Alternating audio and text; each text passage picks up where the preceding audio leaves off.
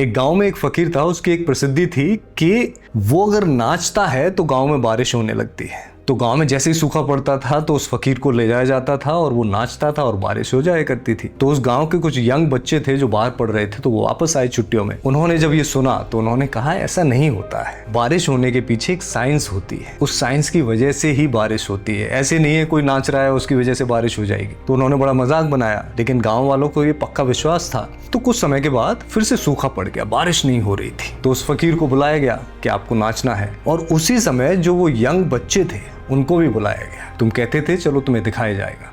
तो बच्चे भी बड़े एक्साइटमेंट में आए कि भाई देखते हैं ऐसा कैसे हो सकता है। तो जब वो आ गए दोनों लोग, तो बच्चों ने कहा कि अगर नाचने से ही होता है तो हम नाचेंगे, हमारे नाचने से भी बारिश हो जाएगी। तो फकीर ने कहा ठीक है, पहले आप नाच के देखो। तो बच्चों ने नाचना शुरू किया, बहुत देर तक नाचते रहे। नाच नाच के वो थक गए और बैठ गए एक जगह पे, बारिश नहीं हुई। फिर फकीर ने कहा अब मैं नाचूंगा, और फकीर ने नाचना शुरू किया। 1 दिन हुआ, 2 दिन हुआ, 3 दिन हुए, चौथे दिन बारिश हो गई, बहुत झमाझम बारिश हो गई। अब तो गाँव वाले खुशी से बहुत पागल हो रहे थे। उसी के साथ जो वो बच्चे थे वो बड़े कंफ्यूजन में थे कि ये हो कैसे सकता है, what is the logic behind. तो उन्होंने फकीर को एक साइड में बुलाया, बोला कि ऐसे कैसे हो सकता है, आप हमें समझाएं जरा। तो फकीर ने कहा इसके पीछे बहुत बड़ा कुछ नहीं है, एक सिंपल सा लॉजिक है। तुम बारिश होने के लिए नाच रहे थे, मैं बारिश होने तक नाच रहा था। अब इस कहानी का मोरल बड़ा स्ट्रांग है कि कई बार हम अपने लक्ष्य के पीछे भागते हैं, सपने तो बड़े देख लेते हैं, लेकिन हमारे उस प्रोसेस में कोई ताकत नहीं होती है। अगर थोड़ा भी एम डिफिकल्ट हो रहा है, वहां पहुंचना हमें थोड़ा सा पेन दे रहा है, तो हम वहीं छोड़ देते हैं उसके, ठीक है कुछ और देख लेते हैं। लेकिन जो पाने वाले लोग होते हैं, जिनके अंदर दृढ़ निश्चय होता है, वो जब तक नहीं पा लेते हैं अपने लक्ष्य को, लगे रहते हैं, और उस लगे रहने में बहुत कुछ सीख जाते हैं, आदमी बन जाते हैं। क्योंकि कई बार गिरना पड़ता है, कई बार उठना पड़ता है, कई बार संभलना पड़ता है। इस प्रोसेस से वो एक